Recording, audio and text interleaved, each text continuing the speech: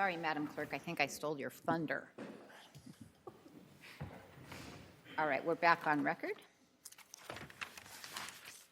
In case number 25-536, Solano versus Kroger Company. We're ready to hear argument, counsel.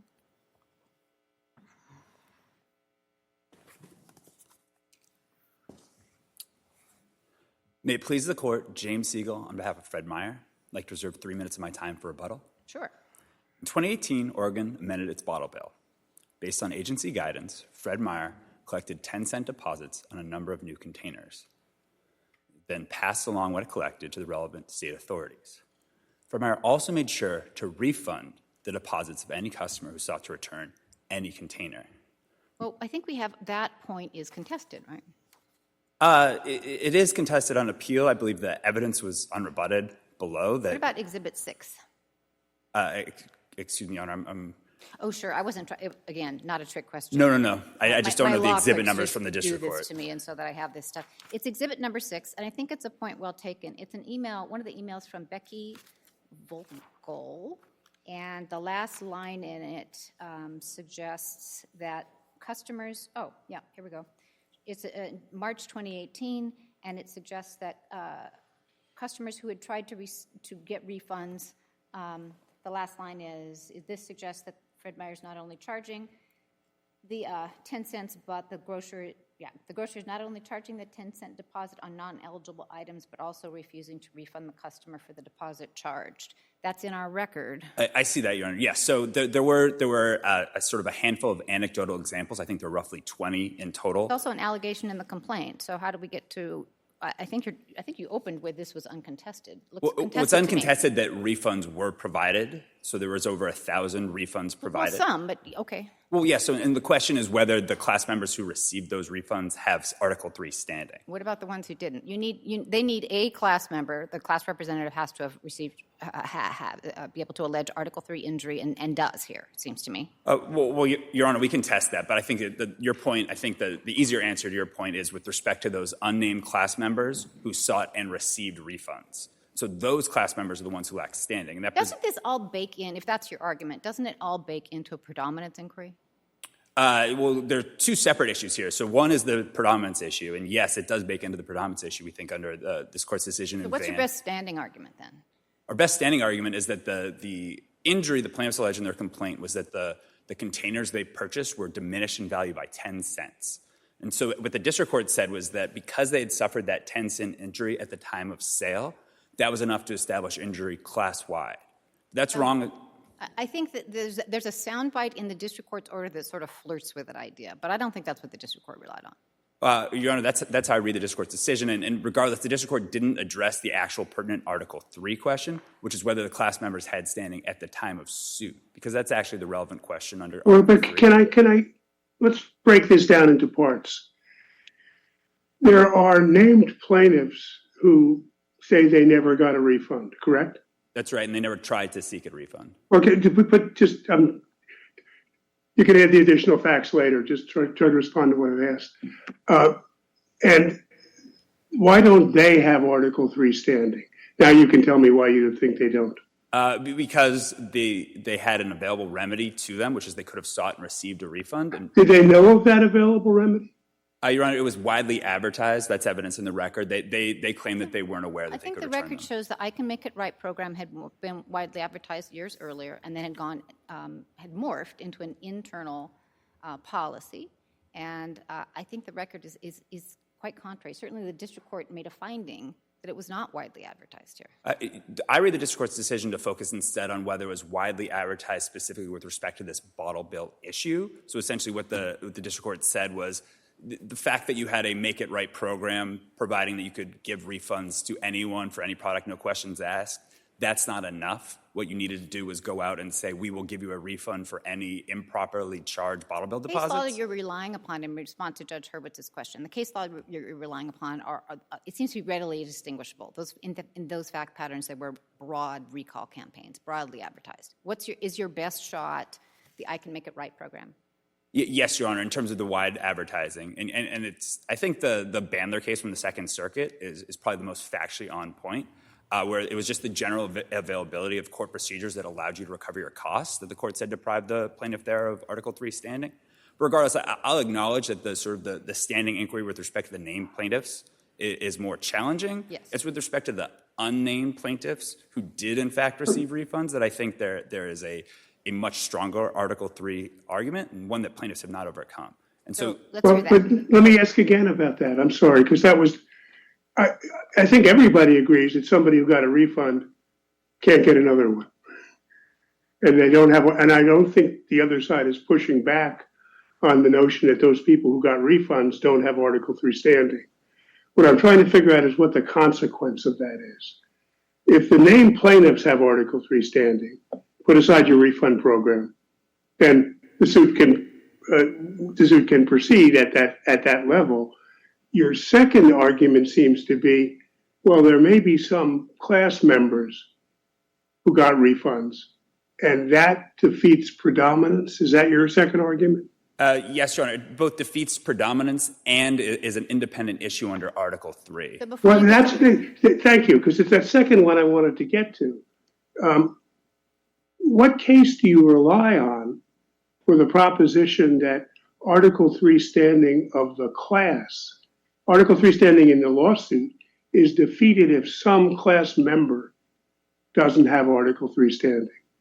Your Honor, I think the Healy case was just court recently. So let me ask you about that, because Healy talks about whether or not there's Article 3 standing at a later stage, and at summary judgment, but you're arguing that there needs to be Article 3 standing at class certification. Yes, Your Honor, and I think And so what case do you rely on for that proposition? Well, there's no case in this circuit. This circuit has expressly held that question open. I think the Second Circuit and the Eighth Circuit and the Halverson case have both held that every class member does need to have standing at class certification. But I acknowledge that this circuit hasn't directly addressed that.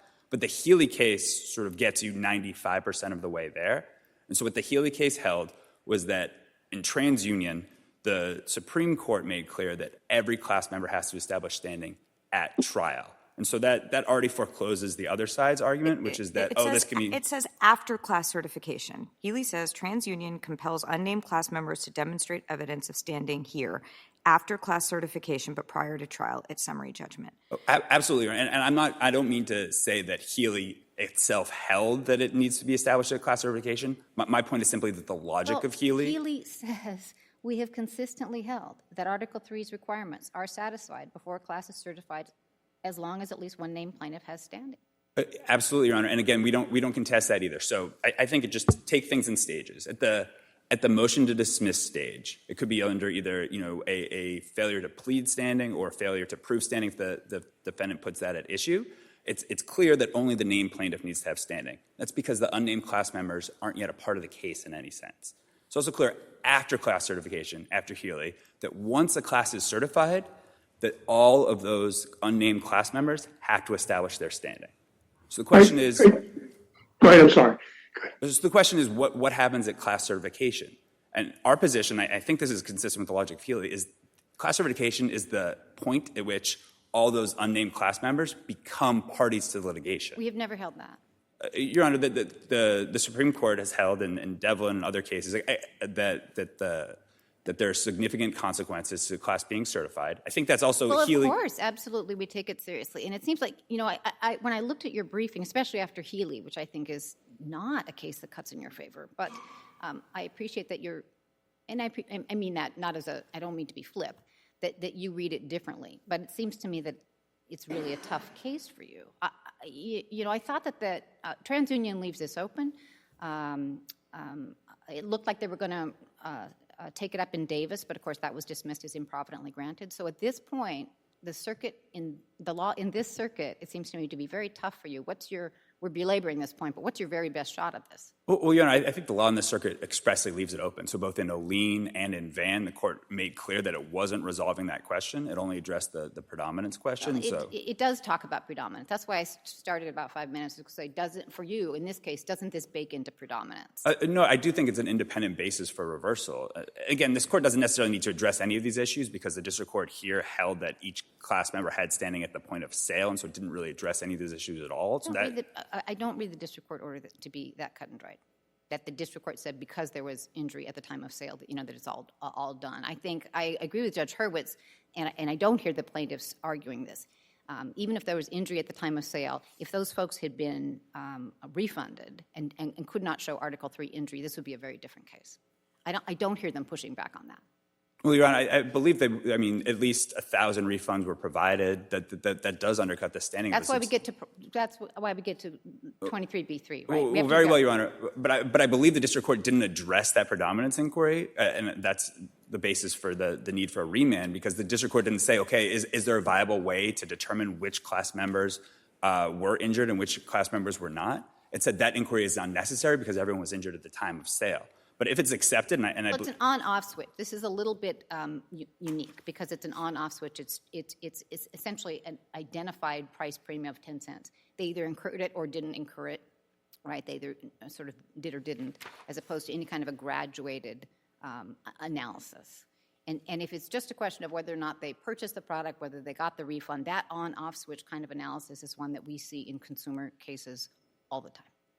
Well, Your Honor, in the Van 2 case, it was a similar sort of inquiry that was necessary because, again, there were a number of refunds provided, and the question was whether those refunds were sufficient to also cover the lost time value of money. And this court held that the mere fact that there was examples of 18 refunds, which would have covered that Article 3 injury that were given before the suit was filed, that was enough to require remand and could preclude predominance. So I was on Van. I'm sure you're aware of that. I'm aware, Your Honor, and yes. you're really short-handing it there. There was a lot more going on in Van, right? There was a lot more going on. And so I think this is a tougher, much tougher case for you. Well, Your Honor, and I just reiterate that's the plaintiff's burden to show both predominance and standing. Right, and it's abuse of discretion standard here. And I don't know how this is in any way comparable to Van. Before we go on, and I just cut off to Judge Desai, I'm mindful of that, but can you give me your best run at Van again? Yes, Your Honor. So the issue in Van was I know the issue. I was on the case, and so- you know that I was on the case. So what's your best read of it for your client? My best read of it is that when a defendant puts on evidence that there's a specter of individualized determinations that might preclude predominance, the plaintiff has to respond to that with evidence. Anytime. Once the defendant makes a showing. We made that showing here, both by showing that we had provided refunds, over 1,000 refunds, which would eliminate the Article 3 injury that the plaintiffs had alleged, and by showing that many of those refunds were for the full purchase price of the product, which addresses the sort of the lost time You value. started by saying, in this case, I think by saying you couldn't, that Fred Meyer didn't have that data at all, and then came back with, I think, 1,275, and that's never explained. But I still think you're seriously misreading Van, and I'm taking up too much of your time. So let's get to Judge Desai's question. I just have a question, and it's related to this discussion that we're having. Let's just assume that I agree with you that the district court was wrong in concluding that there were no uninjured class members. I'm not really following your argument as to why that somehow requires a remand in this case, because and I hear what you're saying, which is we don't have a case in the circuit that makes clear that there can be uninjured members in the class at the time of class certification. But we know that at this stage, if the named plaintiffs have standing, that's enough. So are you just asking us to make that clear? And if we need to make that point clear, do you think we should do that in a published opinion so that there is law of the circuit that indicates that there can be uninjured members of the class? Well, Your Honor, so just to take the first part of your question first, if the district court got it wrong in holding that there were no uninjured class members, that requires a remand because, again, that changes the entire predominance inquiry. So the district court never engaged in the predominance inquiry that would be required if there are, in fact, uninjured class members. Well, let's assume that it's likely that there are some uninjured class members. That's a rule, that 23B, right? There has to be a predominance decision.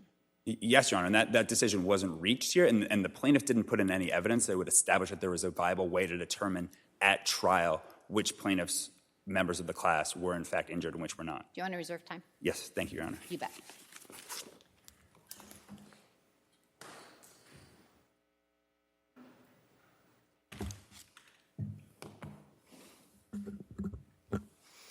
May it please the court, Kelly Jones appearing for plaintiffs, appellees, and now certified class members. So, Your Honor, it was already discussed here what we're here for. We're talking about Article 3 injury. injury in fact, which is concrete. And we know from TransUnion, as we've already discussed, what we have here is monetary injury.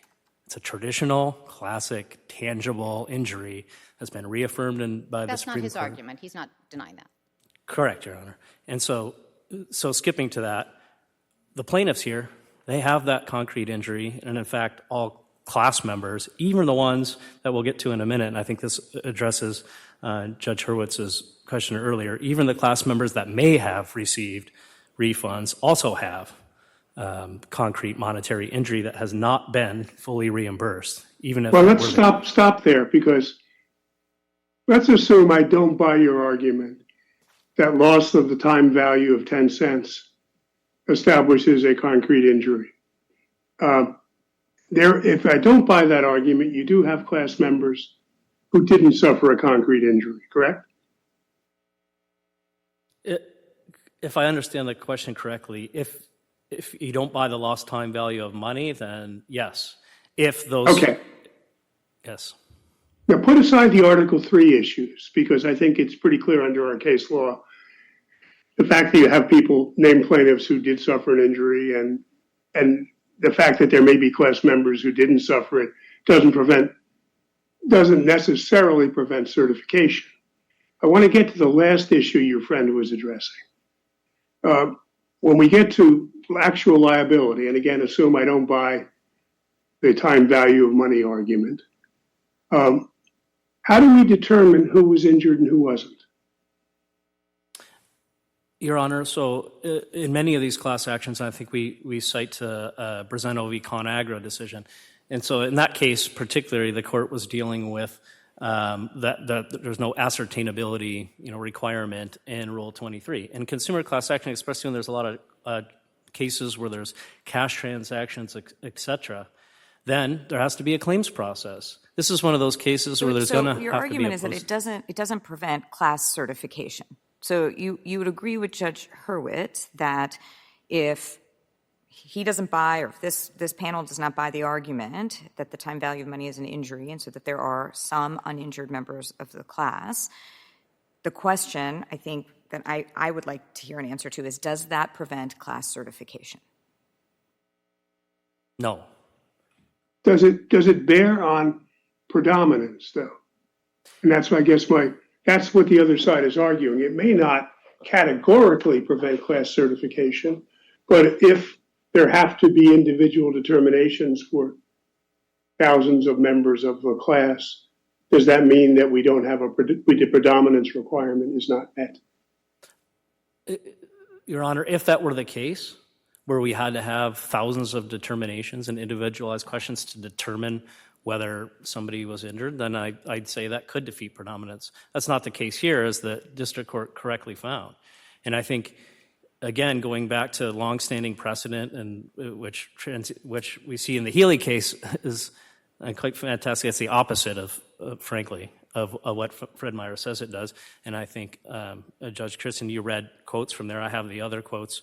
There's more than that in there to show exactly that says TransUnion and Healy. TransUnion didn't upset that. That only the class plaintiffs, one class plaintiff, has to prove they have standing in order for certification, and not just... Well, in this circuit now. And as I said, I don't know. I thought we were going to get an answer out of Davis about injury here. We don't have that now. So I'll grant you that. I think that's the controlling law now. But could you go back to predominance, which is what Judge Herbert was asking you about? And I was trying to get there maybe a little slowly. And so there's two ways that Fred Meyer attacks it. One, we've already dealt with this, just, Article 3 says that plaintiffs have to prove absent class member standing at certification. No, that's not the rule, and that would be impractical. And we can talk about why that would be impractical. It may be impractical. I fear the Supreme Court's headed there, but it hasn't gotten there yet, and neither is this circuit. So let's assume that's the law is as you describe it. So let's address predominance. So yes, and the second way they attack it is predominance. And contrary to Fred Meyer's explanations up here, if we look at the district court opinion, directly addressed predominance, because that's what it was supposed to do, and that was plaintiff's burden. So they raised the issue of these refunds, which, by the way, was, and we'll hopefully talk about it later, was raised not until their opposition to class certification. Plaintiff had no idea Fred Meyer argues that, well, you didn't allege the loss of time value as a subset of the injuries for these supposedly refunded class members, but we didn't know about any supposedly I uninjured didn't class understand members. that in the record. It seems to me, I thought they had denied and said, we can't quantify these refunds. We don't have a way. And then the 1275 came out. Was there an explanation that I missed in this record about where that came from? No, there is. I think you kind of nailed it on the head originally. Okay, so originally where this all comes from is from a response to an interrogatory question. That was sort of late in the class I don't mean to go too certification deep into stage. the weeds. I get that there was Right. a discrepancy. I'm trying to figure out, do we know, is there an answer to why? Why? No, we Okay. still have no answers. And I think all right. this partly goes to the fact of why proving absent class member standing is nearly impossible or impractical to do at the class certification stage, especially because of the standard of class certification. Okay, so But can getting I- back to predominant, sorry, Your Honor.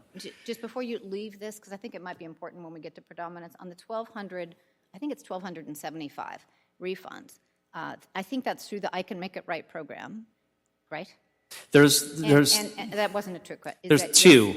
There's some generic, I think there's some other generic Fred Meyer program, both of which by 2018 were not communicated outward facing. Here's my question, counsel. I think the answer that what we have on the record is 1,275 refunds for this kind of orange juice, right? Of some amount. Some of those were full and some partial, is my understanding, and we don't know why those refunds were given when they were given. Is that right? I think that's correct. And going back to, I think, your beginning point and why this is contested is originally, supposedly it was impossible to know if any of the refunds were given for those specific products or had a bottle deposit. And then suddenly we get this bold response to an interrogatory, which then Fred Meyer uses to try to defeat class certification. I'm not assuming bad faith. I'm just trying to figure out if we know what those are and whether or not this is going to be a predominance problem. So it sounds like we don't know how many of those are full or partial refunds. Is that right? Correct. All right. Go ahead. And Okay. you were talking about And predominance so if I and why can, this getting isn't a problem. back, Judge Hurwitz, we're going to say something. I was going to get back to But predominance. I'm still stuck on predominance. I'm not suggesting how I come out on it. I just need your help on this. If I were Fred Meyer, I would say, all right, we're going to have a class that includes some people, given my assumption about time value of money, that are not entitled to relief. And it's $200 a person, as I take it, your argument. I'd like to show they're not entitled to relief. How do I do that? As to the absent class members who may have received refunds? Yeah, I mean, Yeah. is it you're saying as long as they make a claim, they're entitled to a refund? So, and I think this is so the jury will decide liability on the elements of the UTPA claim. And what we know from Healy is that the jury, or if defendant raises at summary judgment, absent class member standing, attacking, for example, these people that could have, then plaintiff will come forward with evidence, the evidence that we have already outlined, right, which the... Now, isn't it your burden? So you get to liability, your class is certified. You get to the liability stage and Joe Blow comes in and says, I bought one of these and I never got a refund. I take it Fred Meyer is entitled at that stage to cross-examine him, correct? Yeah, correct. And I think that's why we cite... Now there's 8,000 of those people. Why doesn't that defeat predominance? Because Your Honor, that issue of let's say lost time value of money, that's going to be dealt with. If Fred Meyer... Forget the lost time value of money. I've asked you to put it aside. Okay. Just as somebody who says, I didn't get a refund, I want my, and therefore I'm entitled to the $200 penalty. And Right. Fred Meyer says, prove you didn't get a refund. Right. And he gets up and says, I didn't get a refund. And they say, well, let me cross-examine you about that. Right. So And that... let's Sorry, I don't mean to cut you off. no, let me finish. And so I'm envisioning at least a proceeding in which there are hundreds of determinations about whether somebody got a refund or didn't. Why doesn't that defeat predominance? Outside, again, of the which I'd like to discuss, outside of the lost market value, which I do think the district court did rule on in Van and that. Yeah, the district court ruled on it. Let's assume Okay. I mean, again, I've asked you to assume it away. You have 5 minutes left. You can address it. Okay. But Yes. just deal with the question I asked. Yes.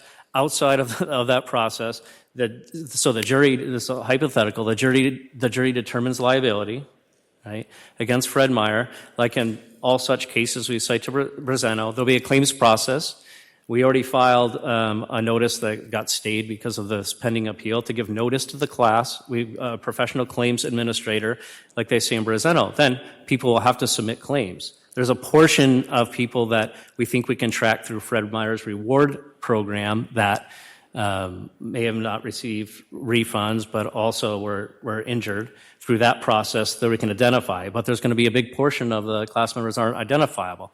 That's through the claims process. And as this court said in Brazeno, that's an opportunity in due process, Your Honor, for defendant to say, look, they submit claims. There's an affidavit here saying that they purchased this product and that they did not receive a refund. And then that process is in which defendant can challenge those claim forms. And actually the whole process of designing the claim form itself through defendant can participate in. It won't be the court doing that and having thousands of mini trials. This happens commonly in class counsel, actions. over here, how does that not shift the burden over to the defendant to disprove the claims through the claim processing? Judge Desai, if you could, I not quite. How understand. does what you've just described not shift the burden over to the defendant, which is when it is your burden to be able to establish that each of the people who are seeking payment through the claims processing process, it's your burden to be able to show that each and every one of those people are entitled to payment. How does what you're describing not shift the burden? Because, Your Honor, that will be decided in the liability by the jury. So the jury doesn't decide which class members are getting it. The jury is going to decide liability. And frankly, like it would any damages, this issue, as Healy says, could be issue of fact that also has to be resolved by the jury in terms of the lost time value, for example. And so the jury determines liability on plaintiff's class-wide UTPA claim, and then it goes to the claims process for people to opt out and or to submit an affidavit that says, I purchased this product, I'm one of the injured class members, and then there's a post-judgment phase where the court then, and just like the court said in TransUnion, that's important because everyone has to have standing in order to get damages, right? And so that process is then to go back. There won't be any judgment that Fred Meyer has to pay X amount of class members or dollars until that claims process happens. I think what you're not grappling with is that there are times when this kind of argument is made, and it's going to take a very involved inquiry. I mean, those cases are cited in this briefing, cases where we have to figure out, courts had to figure out what was the pre-crash value of a used car, and that became too burdensome, and it falls apart at that. There are certainly cases where the analysis falls apart at the predominant stage. And what seems to me to unique about this case is that it's a 10-cent on-off switch. I mean, it's a liquidated damages, essentially, and people either incurred it or didn't. And if that's the question, it seems to me that we encounter that in every consumer class action. Correct, Your Honor. And so, are you relying on Briseno? Is that the answer to Judge Desai's I think that Briseno answers a lot of the questions, because I think, and the cases cited within Briseno, I should say, because the Briseno court spent a lot of time talking about, this process, although in the context of, arguments about ascertainability of the class members, not in these type of low-value consumer transactions where people don't keep receipts, et cetera. That's a necessary process. That claims process and opt-in is necessary. Why doesn't Van defeat your case? Opposing counsel relies heavily on Van, too. And thanks for asking, Your Honor, because I think much like Healy, it's the opposite. And the district courts spent much efforts in its predominant section, going back to Judge Hurwitz's section, if we look at it, in the 23b3, saying exactly why and talking about Van and distinguishing Van. And that was because Fred Meyer filed a supplemental notice after Van 2, after this court ruled, and it went back to the district court, and then the district court took this court's notice, and then the defendant submitted a bunch more information and said, and decertified, essentially, or withdrew the district court withdrew the thing. And the key differences here, and we talk about the point of sale, the district court didn't err by saying that the injuries were occurred at the point of sale. That 10 cents was incurred by everybody, every class member, even the ones that potentially received We refunds at understand that time and of I sale. think that's why Judge Hurwitz is asking you, I think, very correctly, that we have to assume that some people weren't injured here. I mean, that's the rub. We have to assume that some people weren't injured, which is why at the top of the analysis, I think we go to this bakes into a predominance inquiry. And your best answer to Van not unraveling your class certification effort is? It doesn't at all. It's actually, it says why that predominance is met here. And we look at a district court opinion, we look at Van. What happened in Van? Everybody in Van, every single class member in Van, including the plaintiff, had already been refunded for the phantom Alaskan sales tax in that case. So all of the injury in that case was lost time value of money. And this court said even a fraction of a cent qualifies for that. And what happened was, when the evidence, the district court didn't properly look at the evidence, this court said, well, some members, not because they were refunded, they were all refunded for that tax, but because there was two different types of remuneration that happened at the point of sale. And Your Honor knows this, so I know I'm talking. I know, but it's I your haven't heard case. anybody correctly. I wonder if either one of you read Van. That's what I'm Oh, wondering. I've read it many times, Okay, Your so Honor. here's the difference in Van. So you have an opportunity to respond. There were several things going on, a lot of Yes. cross currents in Van. The first is that it's only 18, correct? But there's an exhibit in that case that the district court simply overlooked. He thought there were two. And we said, no, you have to, that's clearly erroneous. You have to have overlooked that exhibit. That's the first thing that happened. The second is that there were refunds given in that case for a lot of different reasons. And the third is that there were plaintiffs in that case who had been apprised of the problem, that the computer was inappropriately collecting sales tax, and they went forward with the transaction anyway, suggesting that they weren't dissuaded, they didn't have an Article 3 injury on those transactions. So there was lots going on, and as opposing counsel acknowledged, and I appreciate that, what we did there was remand for the inquiry. Anyway. So now I've read Van and at least told you what I have taken out of it, and I think it's important. I think it is the case that you need to grapple with, and I've taken you over your time. But let me just check with my colleagues. Is there anything further? No. All right, counsel, do you want to wrap up, please? Yes, and so I just want to leap right back into it, and we put it in the brief, and I think, and maybe not as clearly as we could, because rereading the district court's opinion and the sort of third reason, if we look at it under its predominance analysis and discussing Van, it does distinguish it, and those distinctions are important, because at the point of sale, all these coupons or whatever were received at the point of sale, the court said, coming back on remand, that the ones, and even the Ninth Circuit, this court said, that at the time of sale, if they received something that compensated them at the time of sale for the lost time value of money, then they wouldn't have standing. But there was another subset of class members Counsel, this who is supposed to be a didn't receive. wrap-up. It's not. This is supposed to be a wrap-up because you're 3.5 minutes over your time. In So any could event, you- in here, there's, as we point, there's no evidence that any class member, even those that received refunds, could have received any compensation for the lost time value of money, even if they received the purchase price of the full product. That was a refund for the product and the 10 cents, not the lost time value of money. Thank you. for your argument. I'm going to stop you there because we've taken you significantly over time. Counsel, could you come back up? Madam Clerk, would you please put 2 minutes on the clock for counsel?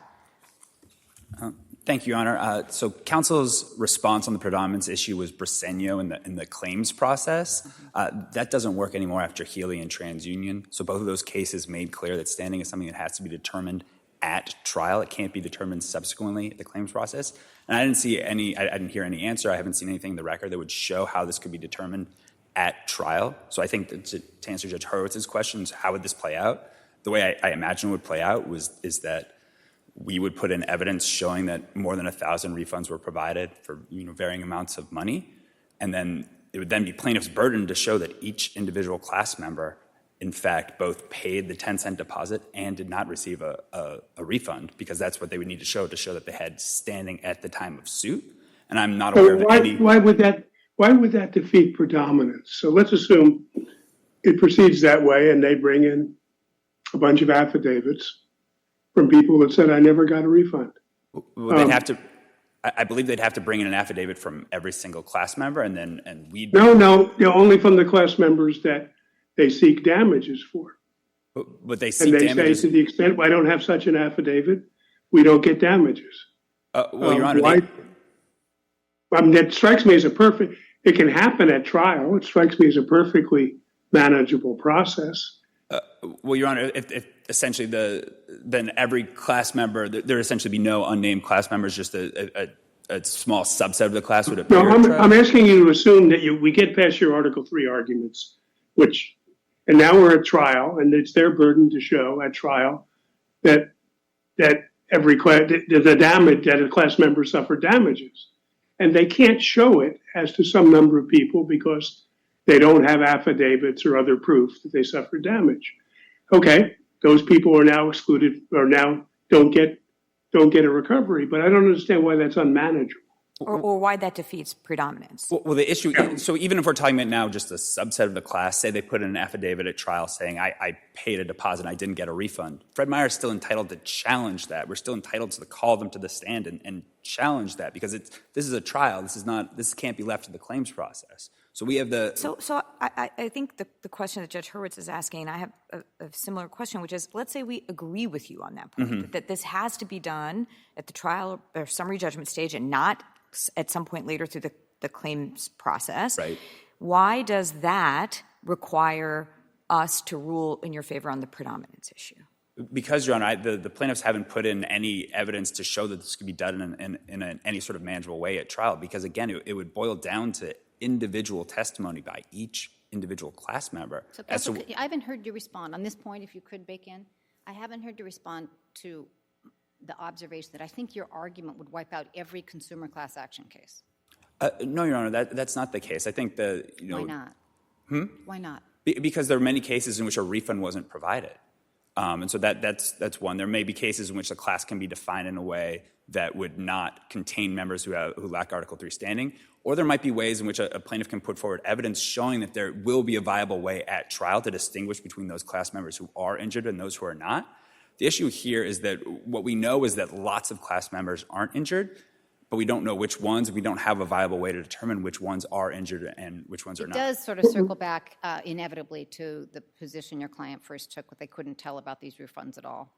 And then they came up with this number, but we don't know where. And opposing counsel is saying we think that we may be able to identify those people through the records. So that is difficult for you. You're just about out of time, but hang on. Did you have something on this point, Judge Hurwitz? Yeah, there's a broad class definition here of anybody who purchased during a period. What if the class were redefined to be anybody who purchased during a period and did not receive a refund? Would you be making the same arguments? No, Your Honor, we'd likely make different arguments. The defendants haven't proposed that class division. I think that's something No, I understand, but we have some power.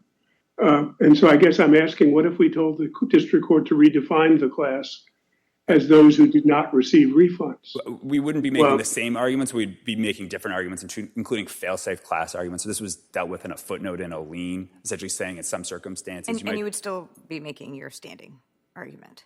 Well, depending on how the class was defined, we might still be making our standing argument, yes, Your Honor. It would really depend. But again, that's not an issue that was litigated below and sort of tough for me to say in the abstract how that would play out. Fair enough. Do you want to make closing? I just one closing remark is that the counsel said that the district court distinguished Vann. The basis on which the district court distinguished Vann was that every class member here had Article 3 standing. That's what it held.